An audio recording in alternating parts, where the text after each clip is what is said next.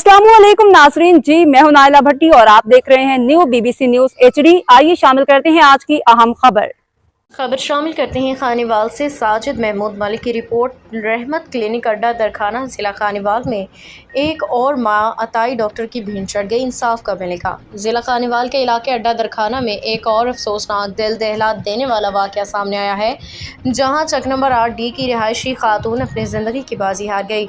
मकतूला राना आकिब वल्द फ़कीर मोहम्मद की अहलिया एक 1.5 साल बेटे एक नौज़ायदा बच्चे की माँ थी, जिससे दुनिया में आए अभी कुछ ही लम्हात गुजरे, मगर अफसोस कि वो अपनी माँ की गोद से हमेशा के लिए मारूम हो गई। ऐसा नहायत गैर रजिस्टर्ड जाली डॉक्टर इफ्तिखार तेली की संगीन गफलत का नतीजा है, जो कई बरसों से रहमत क्लिनिक के नाम पे इंसानी जानों से खेल रहा है। सबसे हैरानकुन बात यह है कि रहमत क्लिनिक तकरीबन 1 साल कबल सील किया गया था, मगर नामालूम वजूहात मुबैना सियासी या बासर सरपरस्ती की बुनियाद पर सिर्फ 20 दिन कबल दोबारा खोल दिया गया। मुतासरा खानदान ने पुलिस को फौरी मदद के लिए जब कॉल की, क्या एक बंद क्लिनिक को यूं दोबारा खोलना कानूनी के ज़ाब्ते की होली खिलाफ वर्जी नहीं।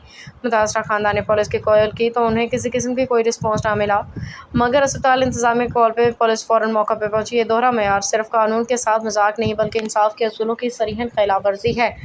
रहमत क्लिनिक को हमेशा के लिए सील किया जाए, वज़ीर आला से अपील, और इस जैसे तमाम अताई मराकज़ के खिलाफ भरपूर मुहिम चलाई जाए। ऐसी लापरवाही गैर कानूनी अमल कल को किसी और माँ, बहन या बेटी की जान ले सकता है। इंसाफ की फराहमी न सिर्फ एक कानूनी ज़रूरत बल्कि एक इंसानी फ़र्ज़ भी है। ये वक्त है कि हम बतौर मुआशरा, बतौर इदारे, बतौर हुकूमत अपनी ज़िम्मेदारियों का एहसास करें।